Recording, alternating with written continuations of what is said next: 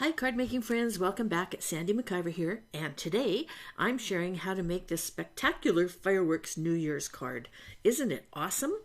We're going to be using the Alex Siberia Designs Brilliant Burst hot foil plate along with the Happy New Year hot foil plate and the coordinating dies. The inks that we're going to be using today are Distressed Oxide Inks, Villainous Potion, Peacock Feather, Mermaid Lagoon, Chipped Sapphire, Picked Raspberry, and Spiced Marmalade. As we're going to be hot foiling, I am going to turn my hot foiling machine on. As you can see, the yellow light is lit up. It takes a little bit for it to heat up, so I'm going to set it aside and we're going to work on the card front. So we're starting with a piece of white cardstock, 4 1/4 by 5 1/2.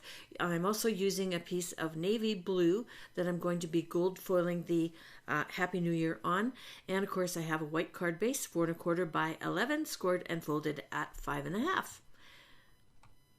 We're going to start with the ink blending, and I'm starting with a Spiced Marmalade. And as you can see, I've got a blending brush for each of the colors. And I am just quickly going to add some ink.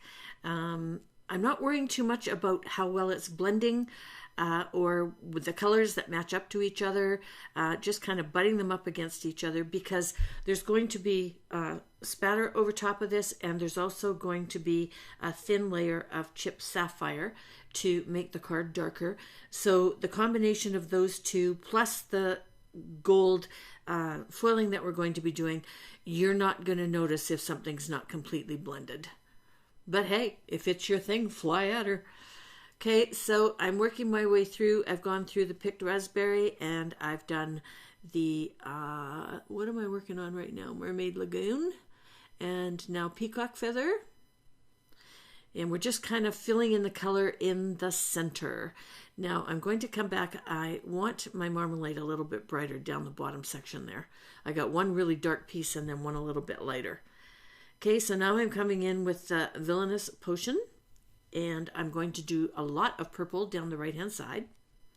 Love this color. Isn't it beautiful? Excuse me, I'm a little hoarse today, just getting over bronchitis of all things. Okay, so working my way around, I've decided to go most of the way around with the purple, but I will be overlapping it with the chipped sapphire here shortly. Okay, I'm going to stop with that. I need to clean the purple off of my mat, so I'm just picking up as much of the ink as I can, adding it to the edge. Clean off that mess because we're going to change over to the blue. Okay, as I stated, I am going to go all the way around the edge of this card, adding the chipped sapphire. And I'm trying to do a light coat, but I'm also trying to darken the edges so that there's a nice frame for our fireworks. And if you find that your center colors are a little bit too bright, you can drag a little bit of ink in over them as well, which I do at the end. And if you look at the picture at the very beginning of the video, there's two cards on there. One, the color is a little bit less dark, and the other one is this card where I went a lot darker on the colors, and there is a difference between the two. So I'm blending in that blue as much as possible on the glass mat, and then coming in and just putting a light coat over top of my brighter colors in the middle. Okay, cleaning off my glass mat. I'm kind of liking where that's going, so we're going to move on. I'm going to do some ink splatting next, so I want to make sure that this oxide ink is really, really dry before I jump in there.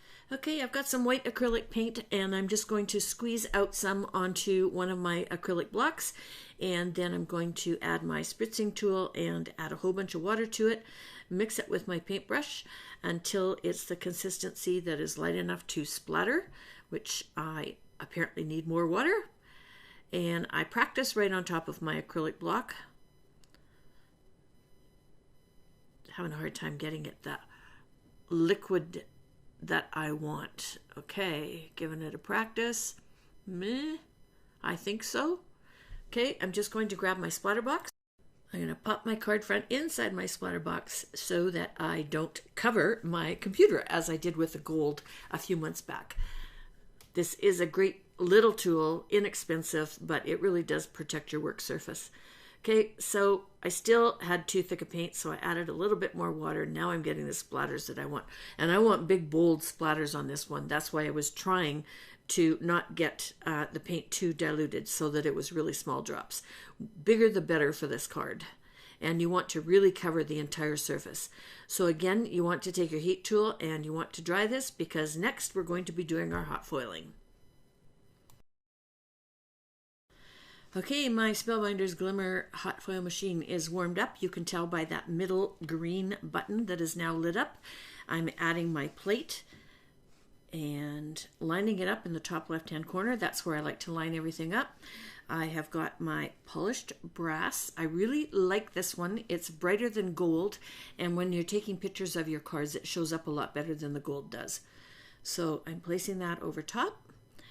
Then we are going to take the card that we just finished making, and we're going to turn that upside down and face down right into that corner. And then I'm taking some of the tape and adding it to hold this all in place.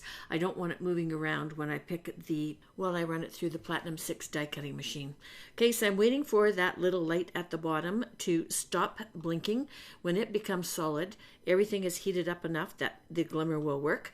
I'm adding my tape to the top and the left-hand side, and then I just have to try and patiently wait for that little light.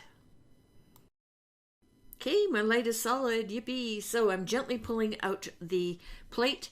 I'm adding the cover plates over top, plus I've got a shim in there because my die cutting machine is a little bit loose.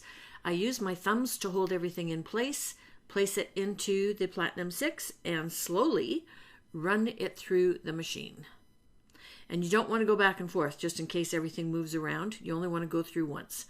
So then you peel this off. And look at that. Isn't it beautiful? And save this piece because you can reverse foil and make a whole glimmery background with that plate as well. Okay, so I'm putting the platform back into the machine. I'm waiting for it to heat up again. I've got my Happy New Year plate in there. We're going to be, this time, doing the foiling onto blue. And I'm going to use the brass foil again. So I'm taking my tape off of my card front. Hopefully not peeling any of the background. That's really pretty. I love how that turned out. Wow. Okay, back to foiling. Getting some more foil ready. Again, polished brass. Laying it down over top of my plate. My green light is on, so I can flick the bottom light and it will heat everything up for me while I'm finishing the prep. Putting my piece of navy cardstock on the top. Adding my tape to the top and the side. And then again, we're going to wait for that light. Okay, once again, my green light is solid, so I can gently pull my platform out, hold everything in place with my thumbs, pick it up and run it through the Platinum 6, again going slowly so that nothing jumps around, and only going through once. Okay, turning my machine off because I'm finished my foiling. Gently pick everything up. You can peel the foil off and we have this beautiful, beautiful sentiment. For the final step, I'm going to use the Happy New Year die set. There is a die to cut out the gold, and then there's also a shadow, and I'm going to use that one to cut out my foiling. Okay, just taping it down and running it through my Platinum 6, and that finishes all the pieces that we need to put our card together. Okay, I like to use my Score Buddy when I'm lining things up, so I've got my card base in there.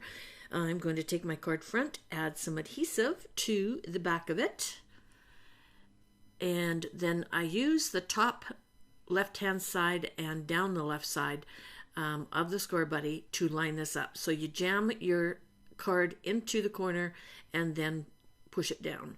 Now there's an overhang, so this is the perfect opportunity to take a nice sharp pair of scissors and just get rid of that overhang. They drive me crazy, so I like to trim them out. Okay. And I do take my time with this, making sure I get a nice even trim. Time to pull the tape off of the sentiment and remove the sentiment from the die. I like to do that carefully and then gently push it out, and then there's a couple of cutouts in the center that you need to pop out. They pop out quite easily. And then I'm going to take these little foam squares and I'm going to cut a really skinny strip of them with my Spellbinder scissors. These are no stick scissors, and they are great for cutting things that are sticky because nothing sticks to them. Take those little thin pieces and place them behind all of the wavy font in the sentiment. And by doing this, it's going to pop everything up for us, and it's going to keep it nice and even. Okay, I'm going to use the other side of what I cut to fill in.